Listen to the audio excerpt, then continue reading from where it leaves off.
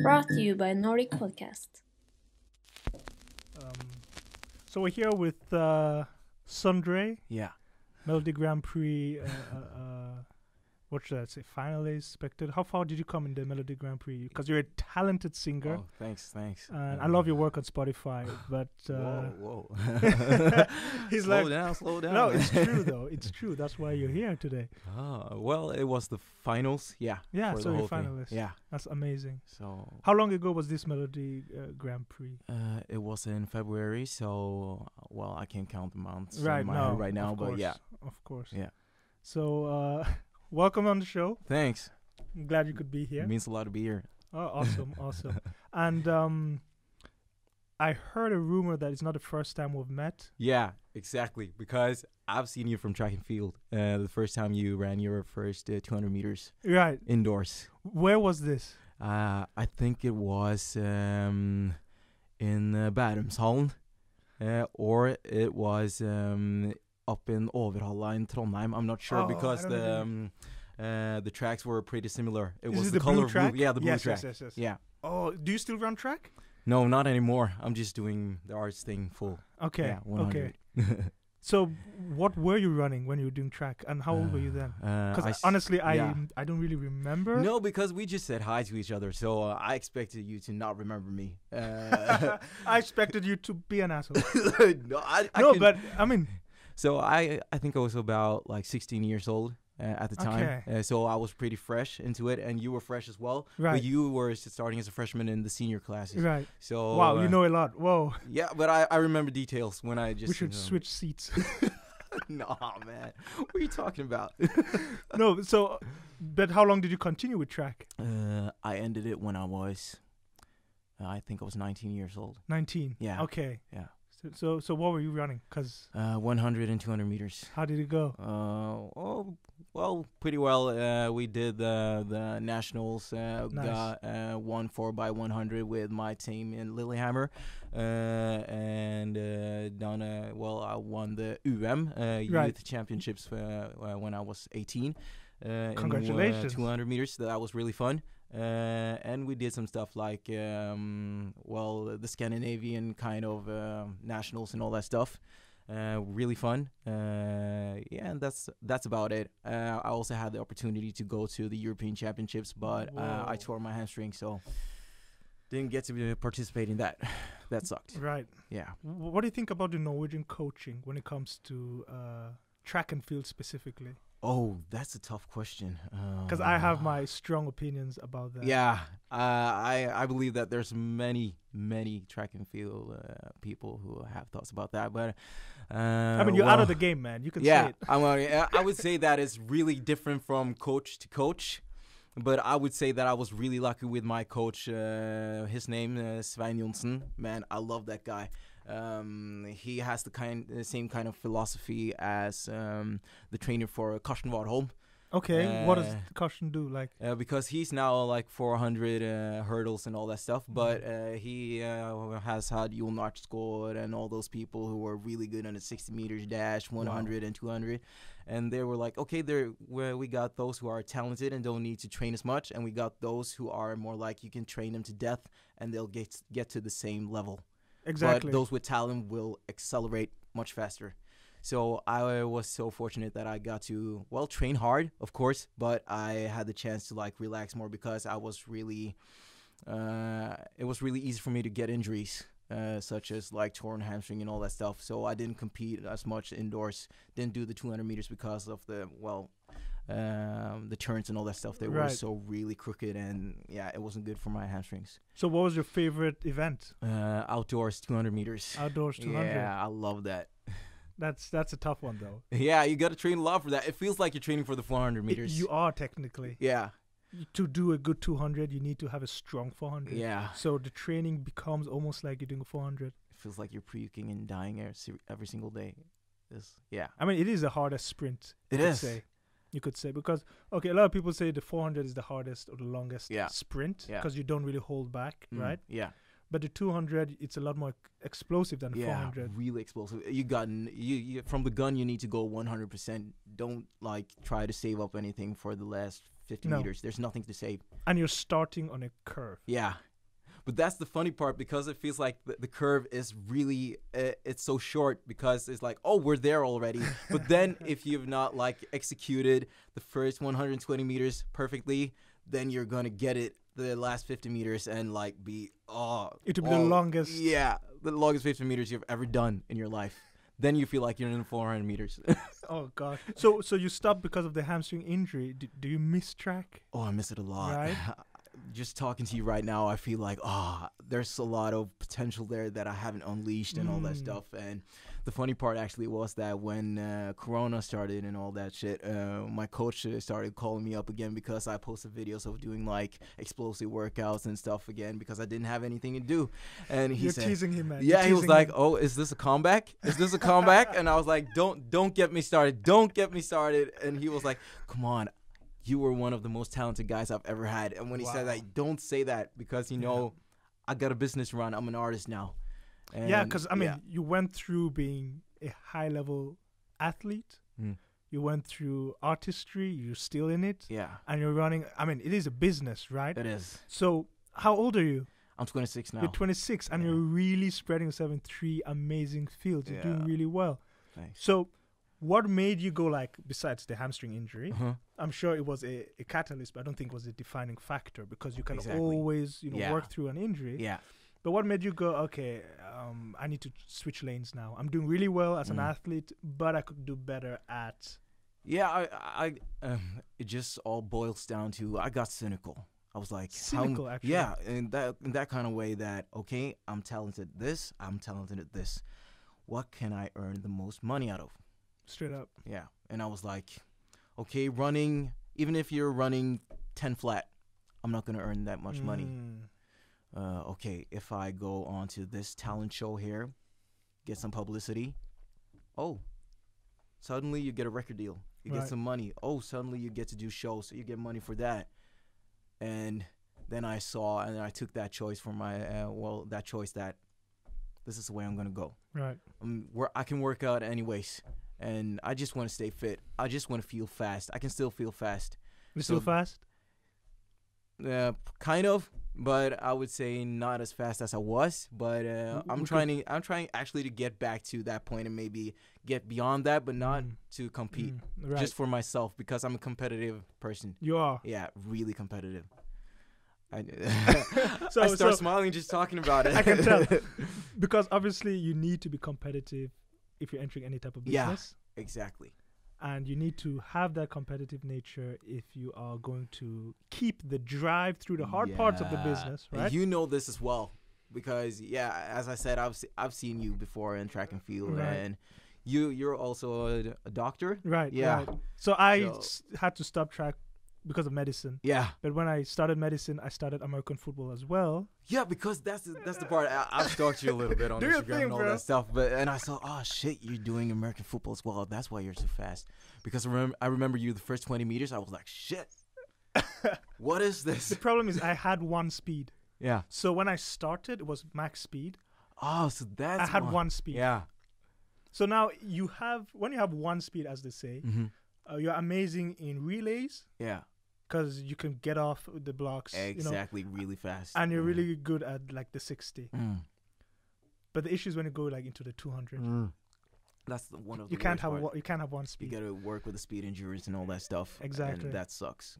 But I had to flip into medicine Yeah. because, just like you said, one has to prioritize. Okay, do you want to put your entire future on something that if you sprain an ankle, Yeah. tear a hamstring, Exactly.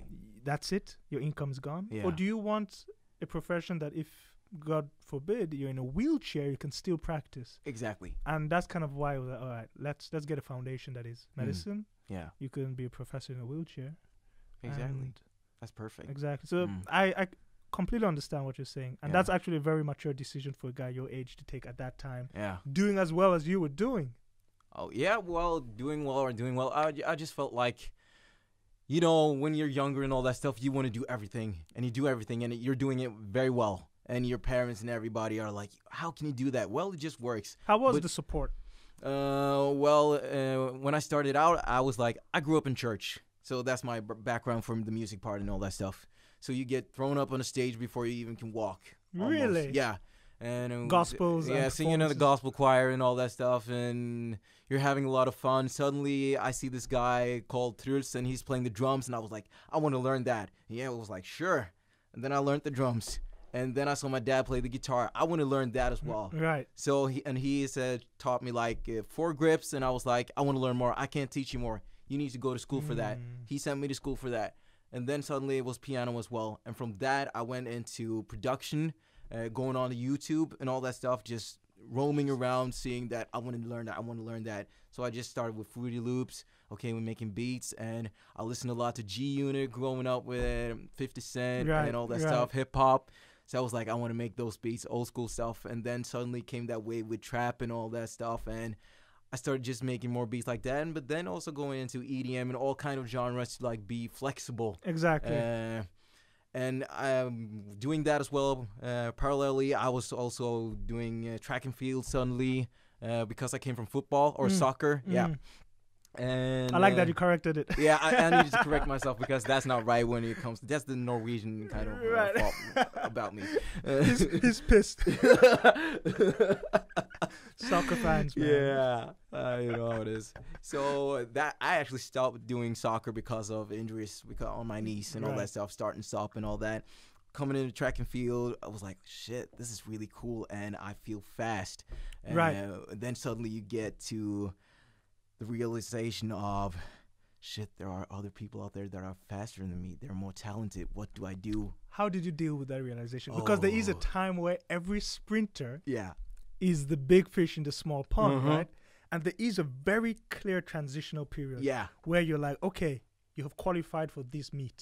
And then you see guys that might be shorter than you or taller than you. You see guys that are less built or more built. You see guys you would never guess. We're fast at all. And then they're flying. Yeah. And you've never felt so slow in your life and so heavy in your life. You're like, what the fuck just happened? What just happened? I need to step back right now, but you need to take it in. And that's where you need to work on your ego. Yes. That's where your ego is like burned to the ground. And that's where a lot of people get broken. Yeah. When they swim in the ocean for the first time, they get broken. They're like, no, man, people are just way too fast. But how was that with American football? How did that work? How did you like get into that? The thing is, my first sport, my first love was martial arts. Okay, so that's where you're actually coming from. That is where you could say, if I wanted to go the furthest, if I wanted to hit the global stage in anything, and I had one shot, I would put all my chips in martial arts because that was like effortlessly good, right? Now, with American football, it's a very physical game. Yeah. And the contact part of it translates very well. Yeah. So, okay, you have the speed, you have the agility, because I also did gymnastics. And then you have my first martial art was capoeira. So it's, it's gymnastics. So when we entered American football, because I played in the States and I played high school in the States and I played pro in Eastern Europe. Whoa, so you've been traveling a lot as well. Yeah. So it was like the perfect storm of all my sports into one. You had the martial art aspects, the contact. Yeah. You had the freedom to even do a front flip over people for his touchdown, right? That was the gymnastics. And also when you get hit and you're on the air, how to land safely. Yeah. That's where gymnastics comes into play. Because it's body control in air, right? And then you had the speed from track and field. Yeah. So that was like the perfect... you were kind of like a hybrid. Yeah. Yeah. And it was very stimulating for me. So I really loved American football because I could feed all my needs in one sport, right? Yeah. But the injury risk, man. Yeah, because I'm just thinking about... I've seen the movie Concussion. Yeah. And I was like, whoa. Yeah. Your brain is like going like a jello in there. Right. That's why the spine and everything. Exactly. You really need to choose. If you have the luxury of choosing your position on the football field, the safest position statistically, I don't know if you know the positions that well, it's the far safety and the strong safety. Yeah. And obviously the quarterback. Yeah. But these three will get hit the least. Yeah. Far safety and strong safety do the hitting. Yeah.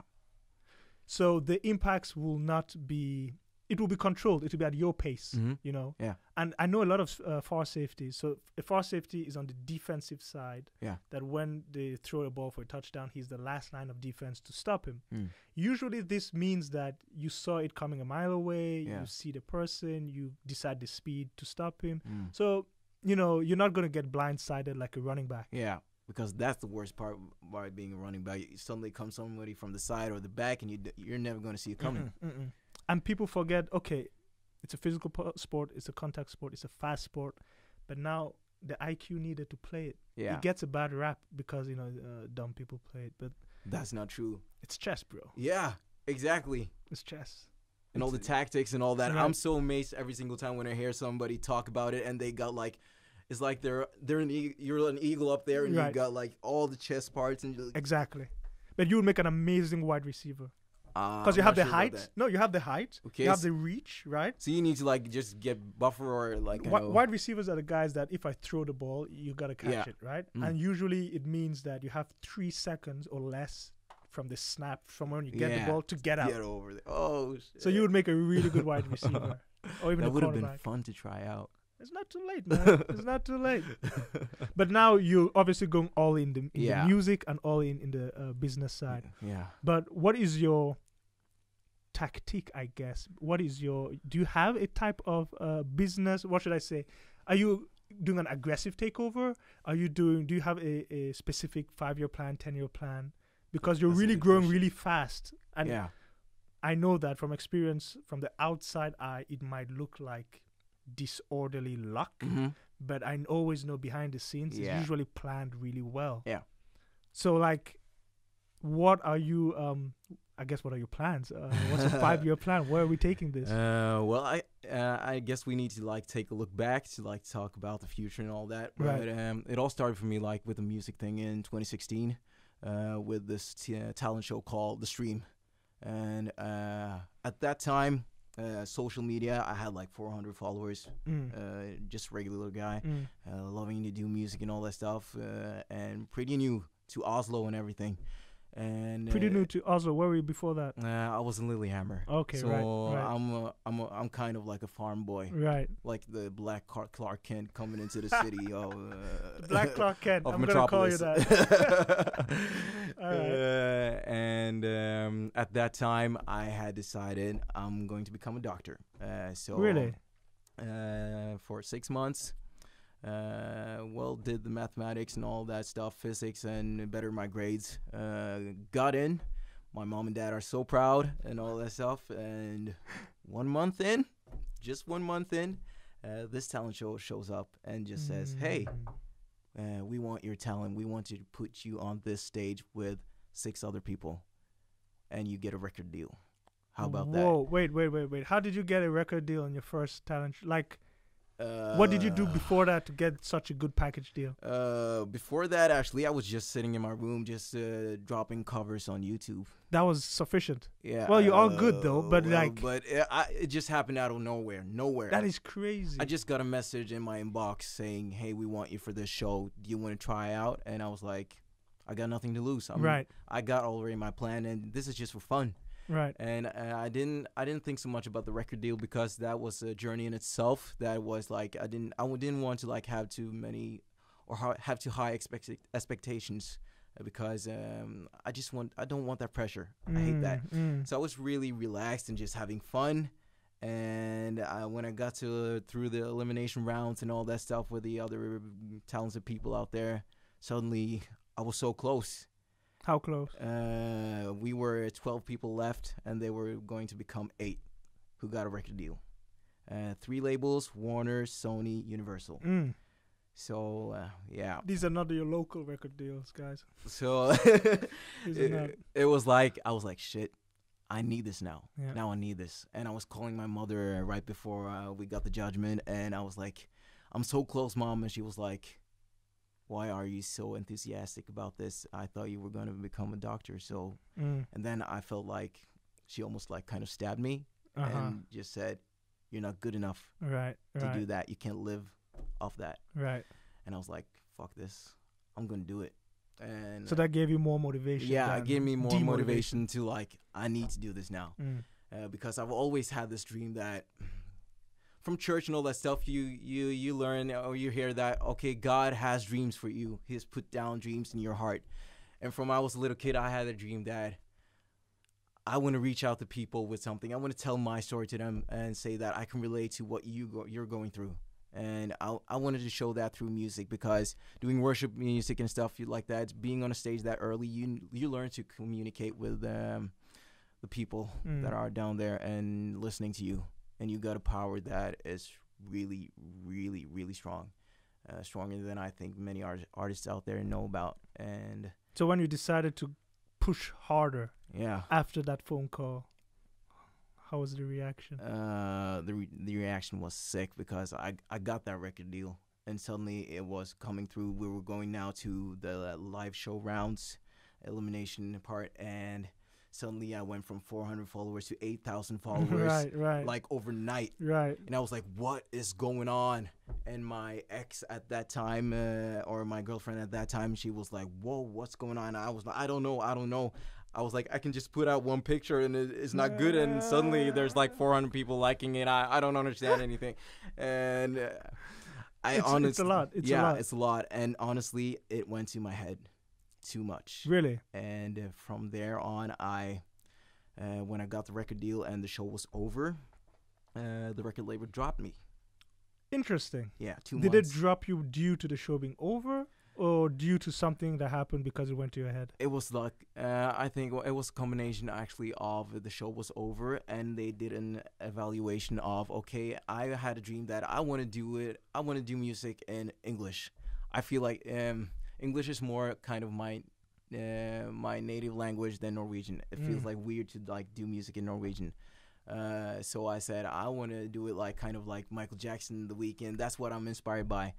And I think when they heard that, it was like, well, economically, that's not going to work for us. We can't do that. We don't have the money for that. They wanted specifically Norwegian music? Because that's easier to sell. There's more money in it. And really? Yeah, it is. I would have never thought, even though the population is 5 million and... Yeah. So that was really hard for me. I got dropped, and I was sitting there, and I didn't have a plan B. Right. Because you just quit. I dropped out of school and everything for the medical school. Yeah, so... Mom and dad were really pissed on me, and I tried to go to sessions, make things happen. Things weren't happening. Then suddenly I got this management deal who did booking and all that stuff, and I got jobs. Right. And the pay was really good. And suddenly I was like, yeah, this is good. I was doing cover concerts and all that stuff, and that was good. But I felt like something's missing. This is not me. I'm not getting the chance to like do my music. To express yourself. Yeah. So it took me like, how many years was it after that? It wasn't until 2019, I think. Oh, wow. Yeah. That recent. Yeah. So it's not been until recently that things happen again, because I had plans in my head. I need a street team, kind of. I call it street team? What does that mean? For us that are not as cool, you know, I am, but they are not. So for them, explain. Explain for them. Well, I would say it's just a cool name for just a team of guys that are backing you. You need a manager. You need someone who takes care of some marketing, all that stuff. I was just suddenly beginning to see, okay, what are the big guys doing? So I started listening to podcasts like JC, Kendrick Lamar, all those guys. What did they do to get there? Because one thing is having the raw talent, and you're sitting there on your own, and you got the product already. But you need somebody to take that product and sell it. To distribute. Yeah, and distribute it. And I was like, I can't do that on my own. I don't have the manpower to do that. So how do you inspire individuals to believe in your product enough to be your street team? How did you do that? I'm really not sure, actually. I was kind of more like, let the music speak for itself, kind of. So it just helps kind of, let's say you have a manager, or you like make a fake account. Okay, I'm listening. That says like, I had this kind of vision that, okay, my label is going to be called Darker Life, because I'm really inspired by melancholic melodies and all that stuff. Darker Life. Yeah, Darker Life. So I call it Darker Life Management. And I tried to send my first song to the radio. Okay, hey, this is our new artist, Sondre. We got this new single is coming with and all that stuff. Would you like to play it on the radio? And suddenly they answered back. Every single time I would send the mail myself, I didn't get an answer at all. So the answer management instead of individual artists. There's power in that. There's something else. There's credibility. That's actually... and that was a code that just, whoa, I've never heard of this before. Why hasn't anybody said that to me? Right. And suddenly, this friend of mine that I was hanging with in the studio, he didn't do any music. He was just really into music and all that stuff. But we clicked since 2016, hanging together. And suddenly he came to me and said, you know what, Sondre, I've had this dream to be a manager. Because I got relatives of mine who are managers in the States. And I've seen how they work, and I want that. I want to do that. And I was like, whoa. Okay, I need a manager. I need a manager. And he was like, hey. And I was like, hey. And he was my best friend at that time. So it was, he believed in me. And that's the most important part. You need somebody to believe in you. They don't need to actually know the market and how it works, especially here in Norway, because it's so small. It's a really small community. So... no, but you have a point. We actually speak about this often, where we go, an individual, when you're hiring, is prized upon both, as they call it, hard skill and soft skill. Yeah. And hard skill is learnable skill. Yeah. Like, as you said, you learn the logistics, the industry, the language, the templates. Exactly. Soft skill is not learnable. It is, like you said, the passion. Yeah. The want. And if you have someone with all the hard skills and none of the soft skills, and another one with the exact opposite, most people today always hire based on hard skills. Yeah. And that's why it doesn't really work. Exactly. But to get someone with the soft skills and then you literally grow together, learn the hard skills together, that's deadly. That's really deadly. And that's the fun part, because at that time when he said, I can try to do something for you, I got the chance to start at this school called Limpi. That's a new school in Lillehammer. Limpi? Yeah, and that's the place where I'm from, actually. And that was really weird. And it was founded by Stargate. Wow. Stargate are the biggest guys we know here in Norway that work with the biggest, like Sia, Beyonce, Jay-Z, whoever of the biggest artists that we listen to today. That's insane. Yeah, and when I heard of the school, I was like, I need to go there, because we learn marketing, we learn how to make the best songs we ever can, and get the drive how to, like, in 2 hours you gotta have a pretty good song in the studio within 2 hours. And so they basically harness the creative process in a way that it becomes like a business, like a consistent way of putting out music. Yeah, because I believe that nowadays, you can't just be an artist anymore. A lot of artists today are producers. They're also kind of their own manager in that way. But that's just more to, like, understand the game. Because if you understand the game, then you know that you got to be cynical as well. If your best friend that is your manager one day tries to take some of the assets out of your own company and you don't know about it and you don't know how that business works, you're going to go to the ground. So you need to, like, check everything. Do you keep that guy though, or do you work through it? Like, what do you do if that happens? No, I would say that if that happens, no. You don't work through it? I would not work through it if that happened. I've seen, like, other artists try to work through it, then it happens again. And I think that when you're so passionate about something, this is your baby. You don't try to take a person's baby. When that happens, all hell breaks loose. There's something that just...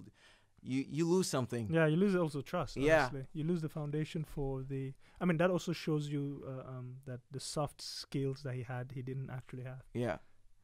So I got into the school and was so lucky to, like, get all of this information. I was done, and before I started at the school, actually, I said to him, when I'm done, you need to know as much as me or more. That's my qualification for you to become my manager. Right. And by that time, I came back. He knew so much more than me. I was shocked. He self-taught himself? Well, he had his brother-in-law. He's the manager for Nasty Cut, who made the single or the album for Nico and Vince. Oh. So they're working in the States already. And his sister is married to the manager of Nasty Cut. So you pushed him. You really pushed him. I pushed him and said, you need to be on your brother-in-law. Like, you were like an insect or something like that. Be his shadow. Yeah, be his shadow. And he did that. He came through, and by that time he was already working in this management called Knirkefritt with Onkel P and all those guys who are urban and Norwegian. And he said, I got a deal for you, waiting for you right here. And at that time as well, I got asked by NRK, do you want to do Stjernekamp? What is Stjernekamp? It is this kind of talent show in a way where you do all this different kind of genres, country, opera, and you got all these artists. Some of them have already been in the game for many years, or some of them are unknown but really talented, and they get to display their talent and try out new genres that they have never done before on this stage, and 4 million people get to see it. And you accepted? I accepted it. And because I felt like, you know, when you get these chances and you feel like, whoa, this came at the most perfect time ever. The time was almost too good. I felt like, yes, now I'm going to get a lot of TV time. I get to market myself, show myself as the person I am, but the artist as well. And after that, I can release music and get to the point I want to get to. So from there, I got Melody Grand Prix. Right. So that's how it's just skyrocketed. Exactly. And you always had the music to back up the persona, you know? Yeah, because I've always been like, I need to have a new song every single day. Wait, a new song every single day? Yeah. Even if it's not like recording it, just writing down stuff. So just by talking to you, I'm going to get inspiration. I'm going to take something from that and use that. I don't think anyone has a new song every single day. How many songs do you have that aren't released? I don't know. It's too much because I got a Dropbox that is just filling up every single day. That's insane. I don't think I've ever heard that, to be honest. Not? Because I... Not? No. Because I heard this podcast with Roddy Ricch, and that's the sickest thing I've ever heard. They went into the studio at, I think it was 8 o'clock in the morning. And by 8 o'clock the morning the next day, they had 18 songs. That was the album done. And so I started comparing myself to him, and I just said, "Where am I? Where am I laying the bar? I need to get up there, because if you want to play with the big guns, you need to get the big guns. Yeah. You need to be able to outperform not only in the quality but also in quantity. Yeah, that's how you really push forward. Definitely. And when you see producers and all that stuff, they're sitting just with their laptop, but the quality is the same as the engineers that have all this gear for like $4 million and all that stuff, but they're making it work. Then I can make it work too. So that's my drive every single day. But that drive came from track and field. It came from athletics. Yeah. I completely see that. And honestly, it is something that I feel is mandatory for every parent. Yeah. Put your kid through a sport. Yeah, definitely. It teaches discipline. It teaches drive. It teaches failure as... Not even failure. It teaches that... Yeah, honestly, the word failure even I don't like, because... Yeah, because it's so negative. Right. It teaches that when you miss a step, when you don't get the progress, when you quote-unquote fail, it is expected and it is needed to come back stronger. Yeah. So you get a really nice relationship with failure through sports, through losing, through getting hit, through ripping your hamstring. Yeah. You really learn how to bounce back. You become a bounce back specialist. Yeah. Because if you never go through sports, how are they gonna? Yeah, then you're gonna give up. Because I'm just thinking about I talked about Steve Harvey out there. You didn't talk about him. You burnt me. Yeah, sorry. I'm not going to bring that up again. But I need to say he said something once that was really good. And I thought about it. And that's what you could call like losing or failure. It's like when you're standing at the edge and you got this parachute on your back and you're jumping, or you're thinking about, should I jump now or later? And you see all these other who have, let's say, artists that are successful, and they've jumped, and you see the parachute is out, and they're going up to the next level, and you want to go out there because you see they're having so much fun, and you're like, should I do it? And you do it, and not immediately that parachute is not going to break out. You're probably going to fall for a long time, but suddenly when that parachute comes out, it's going to be worth it. Right. And I've learned that stuff like I should never like try, for example, to lock myself just to one genre and think that even though I consider myself an R&B soul kind of artist, it doesn't mean that I can't take something from Oprah or something from country and add that to my style. Country, actually. Yeah. Because just think about Nas, Lil Nas. Yeah, he did that kind of way. But I'm not, for example, let's say I'm not gonna sing like with the twang and all that stuff and try to be South American and all that. It would be something more like take an acoustic guitar and add that to something trappy with 808 and kick and all that stuff, and then suddenly you get a new flavor. Yeah. Not just being with pads and all that. Then you're thinking in new creative ways. So not putting yourself in a box. Exactly. Essentially.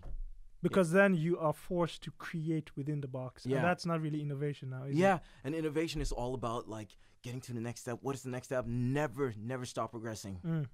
And I just feel like one Norwegian guy that is really good at this, I feel like, is Stordalen. He's Which Stordalen? With the hotels and all that stuff. Petter Stordalen. Because he's got so much energy. Right. He's like a bomb when he comes into the room, and he's thinking about, did you got a new idea? Oh, I love that idea. Then I'm gonna take it. If you're not gonna use it, I'm gonna take it. Right. And he's always like thinking of new stuff and going there and there and there and there. And I just realized from that, because I've been there when it's like, no, I'm not feeling inspired today. No. I'm just gonna chill, play some PlayStation or whatever. Right. When I do that, you get into a pattern that is like really toxicating for yourself. The relaxing pattern? Yeah, the relaxing pattern. So, okay, what should I fill it up with? I relax when I work out. Okay, I relax when... Lift weights? What do you do? Yeah, a lot of explosive weights like deadlift, right. Yeah, bench press. Any sports or just working out? Like, I like do like hill sprints and all that stuff. You still do hill sprints? Yeah, all that. Who does that? Who still does the worst part of sprint training? Yeah, and I love puking actually, because then I know that I really pressed my body to the most extreme part, and the next day I'm gonna feel good. You're right. You're right. But one absolutely sees how this drive from athletics is being focused into business and singing. Exactly, because I know for a fact that if I hadn't had that part in me, or like done track and field, I wouldn't have been here. I wouldn't. Right. I would have given up long ago, listened to my parents, and become a doctor. Right. I would have.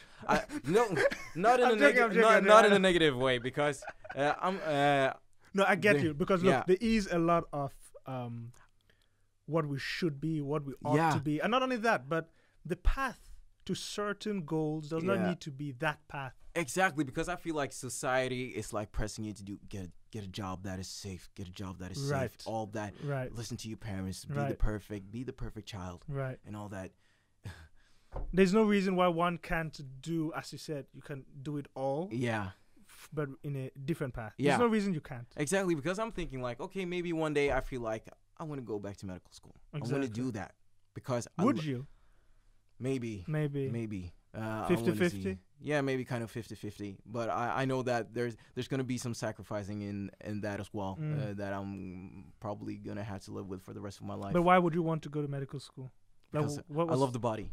I love the body, how it works, all that stuff. I remember when having biology, I was like, when the teacher was telling me all this information, I was like, whoa, this is so cool. Yeah, I love it. So if I do that, then I'm going to create a mutation in my body that probably is going to stay there and make me better. It felt like I was kind of engineering myself to become a superhuman or something. Dude, I mean, with any knowledge comes added perks and added ways you can improve yourself or whatever the knowledge is about so you have a point there. And also I love being around people and helping them. I'm kind of it is type of healing though. If you think about music, it is. It's therapy. There is music therapy, so you are still, you could say, quote unquote, in the health industry, right? Yeah, that's true. Music therapy is a real type of therapy. And I love it when you get DMs, when I get a DM sometimes from a parent or whoever, like that song that you released the other day, that really helped me through the week or this year.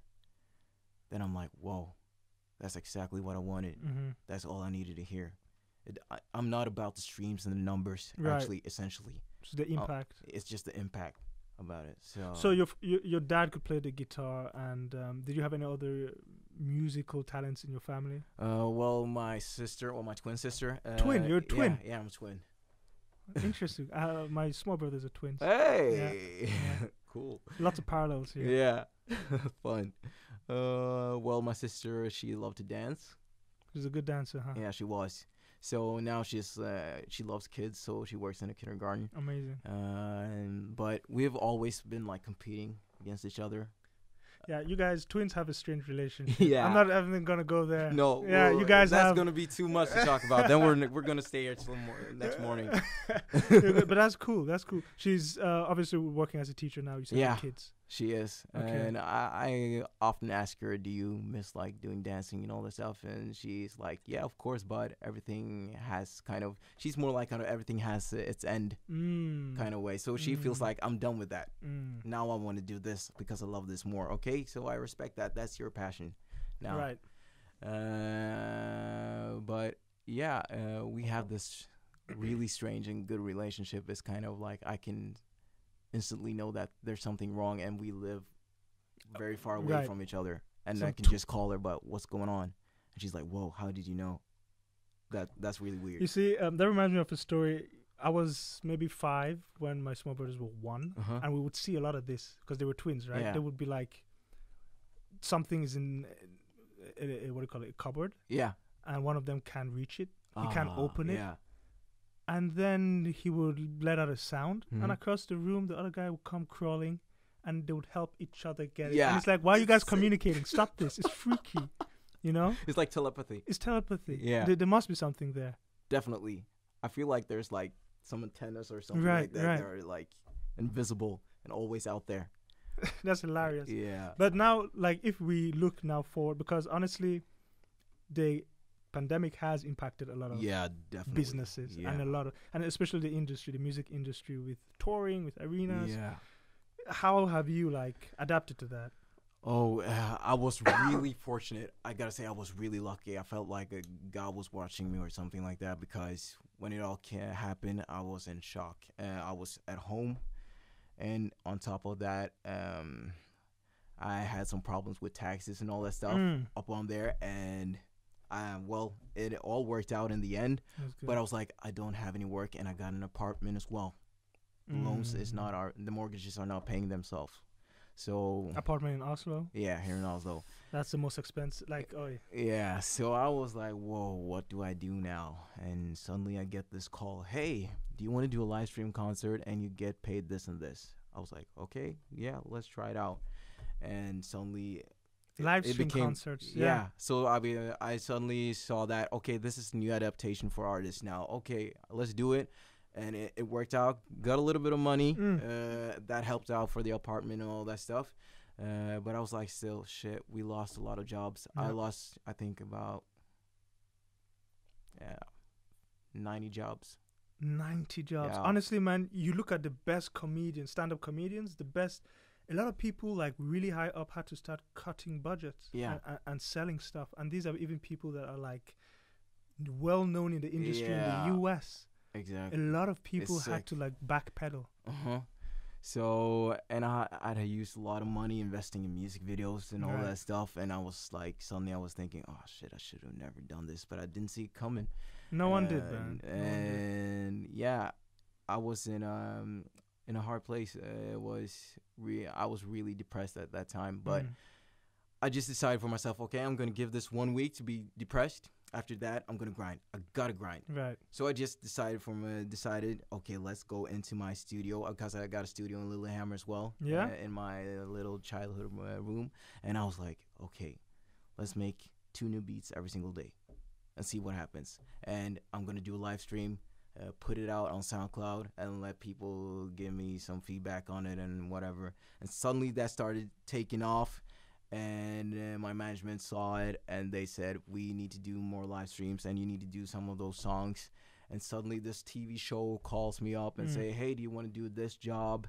And by just staying positive Right. and just grinding, I Right. suddenly got more jobs. Right. Do you think this is something like, because a lot of artists are going through this rough patch in the pandemic, and a lot of people are also thinking that maybe the shift towards live streaming or social media Yeah. is going to stay even after when we pass. Yeah.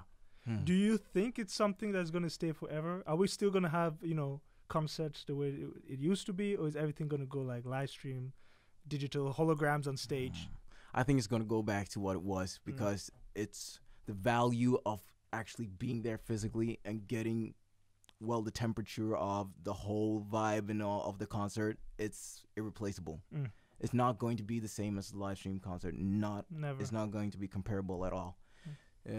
So I really believe that we're going to go back to the old school stuff. Definitely. Hopefully soon, honestly. Yeah, I would love to like get 2020 to be lit as fuck and just let's stay on that stage and hear people scream your name again and sing your songs because you don't get any feedback when you're just looking into a camera. That's true. And that's the worst part. So and when they say just act natural and say, "Oh, I don't know, leave that," in Norwegian, and then and you don't get any feedback, you feel like you're crazy. That's so it's awkward. It's the worst part. Yeah, because I mean, you forget that live feedback is part of what makes a concert a concert.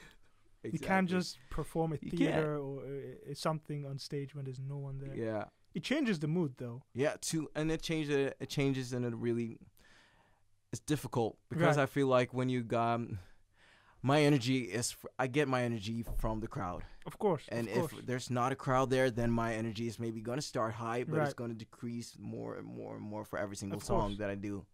And that's not good.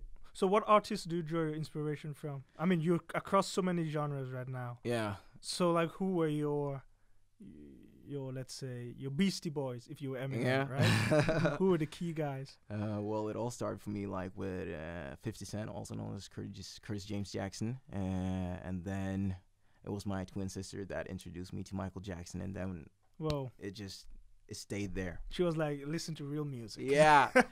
And I was like trying to emulate his voice and everything for so many years, and I loved to just watch my twin sister how she moved to the music just like him, and I was like, oh, that's cool. Right. I want to try to do that too. Can you dance? Not so good, but I'm considering doing classes now because I haven't been like in a class since I was 17 years old doing hip hop and all that. And yeah, because I feel like that's the next step to being a good artist. Just not. Because there's one thing like singing crazy and really good on a stage, but to feel the music as well and not being able to like move to perform as well physically. It's gonna make the crowd also die out a little bit. Yeah, you have a point. Honestly, that is kind of what separates Michael Jackson from everyone else. Yes, he would have the best beats. You will never get beats like him, and he would literally write that himself. And then his lyrics, you might not even understand what he's saying, but it would be the smoothest thing you've ever heard. It's like across all cultures. Yeah. Right, it's like percussion almost. He's like singing. That was so good, man. No, I'm just kidding. And then when you have this package, he's not standing still on stage. Not 1 second. Every single step is like calculated to the he's gliding on stage. Yeah. So I think that really separated him from everyone else. Definitely. He's a legend, and he's forever going to stay a legend. Right. He's impacted the whole industry in a way that I didn't think he saw it himself. I don't know, man. He was a visionary. Right. I don't know. Like, I don't know if, as you said, if anyone else would top that. People usually then we will be lucky to, like, did you ever see him live? No, not once. And I hate that. The closest thing I've gotten to is Bruno Mars. And, Do you think you feel they're close? Kind of in the way they do the show stuff and the moves, but voice, I would say it's The Weeknd. Okay. So you're saying like showmanship, Bruno Mars, Michael Jackson, voice, The Weeknd, Michael Jackson. I could. No, Bruno Mars, he himself has said he takes a lot of inspiration from Michael Jackson. A lot. But I love it that he twists it in a way so you know that this is Bruno Mars. It's not like a copy paste of Michael Jackson. And they're both biracial, so they both understand how to mix cultures. Exactly. So genius. It is. It really is. No, I almost had the chance when he was performing in London. I was in London. But why? You know, the tickets and all just went away like that. No, I mean he died. Yeah, it was exactly then. It was the This Is It concert. Oh man, why did he have to die? So there's a lot. Obviously, there's a lot of the rumors and everything around his death. But it's like, but still, that was one of the few. So now I'm like thinking, okay, what artists do I really want to see? Yeah. So what kind of artists do you want to see now? Okay, I had 3 on my list. I had Hans Zimmer. Check. Yeah, I've done that. You've done that. Yeah. Was he also in Oslo? Spectrum, yeah, he was. A few years back. No one advertises this, man. I don't know why. right? Sick. I don't know. But anyways, I got it off my list, so I'm That fine. must right? have been spectacular. It was beyond spectacular. He opened with the soundtrack for The Dark Knight Rises, No. and then he No. that was like the opening. I was like, okay, this is it, guys. And then it was like Gladiator, Pirates of the Seriously? Caribbean, right? And then You're killing me by just saying this. and then he ends with the piece Time by Inception. Yeah. Yeah, but he plays that with himself. So everything else is helping the band, but that one he plays. Yeah. And I was like, so that was like the top. Awesome. It was fantastic. He's a genius. He is modern day Mozart. Yeah. He is the He modern is. day equivalent of Literally. Mozart or Beethoven. Yeah. Because no matter what you need him to produce, music for a cartoon like Spirit Yeah. or The Lion King, he will. Music for something dark like The Dark Knight Rises or Interstellar. He's he so will. versatile. It's sick. And the way he does it, he looks at music differently. Yeah. He looks at music like, how can we use notes to say words? Yeah. Right? Exactly. It's like a language for him. Exactly. Mm.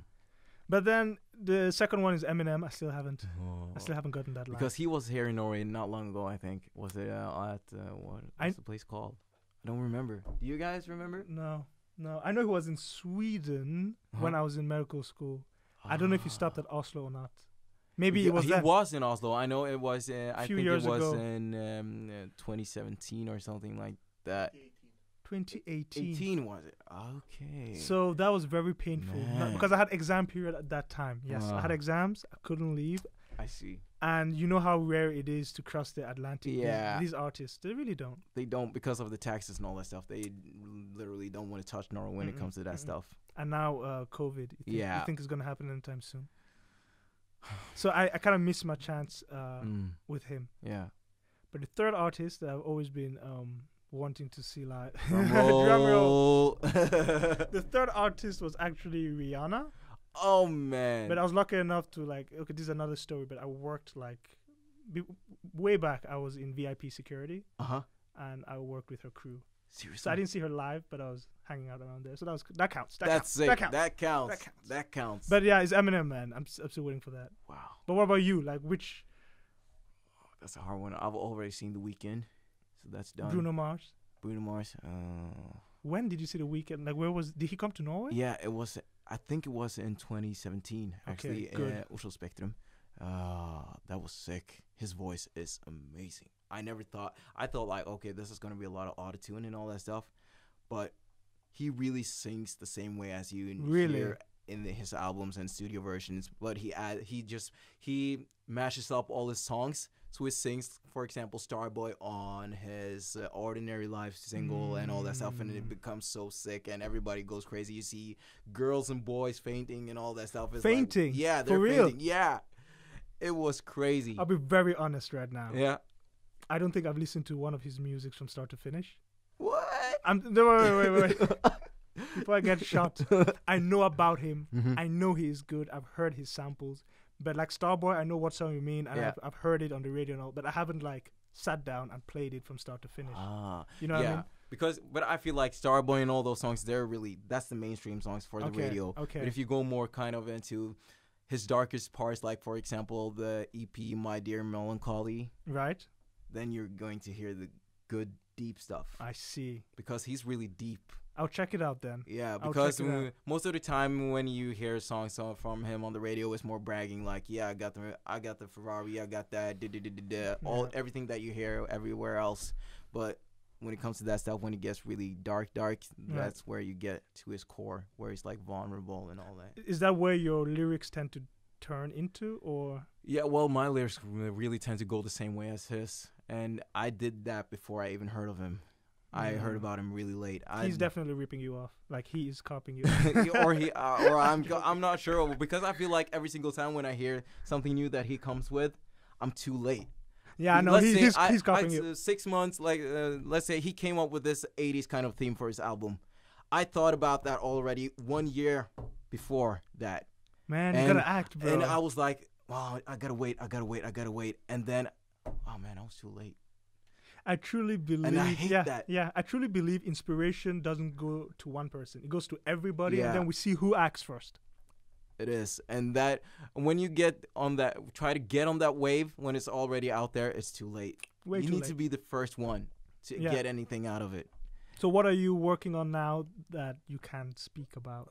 Well, I can say kind of, because I've always believed in I need to find the most quirky thing about me that I love, but I'm maybe kind of afraid to tell something, to say to anybody.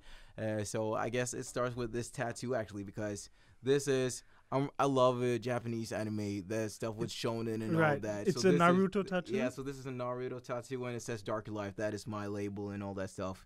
So I've started, like, mixing up my songs with Asian sounds, but with a retro 80s kind of vibe to it. And then it has maybe kind of, like, explicit lyrics, but you also have, like, Japanese instruments in production. That actually sounds And I use Japanese words in there as well.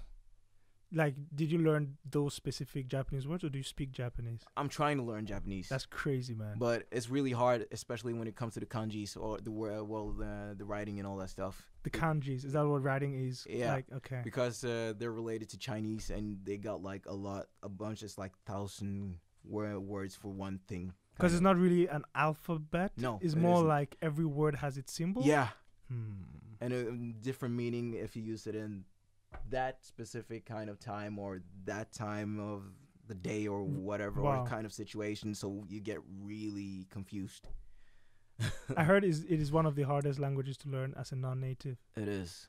But the fun part is, like, you can see the parallels to French again, because they You speak French? Not a little bit. A little bit, because you're from Kenya. Yeah, I'm from Kenya. East I should Africa. actually speak. And everybody, that's the part that is a little bit tricky for me, because everybody expects me to speak Swahili.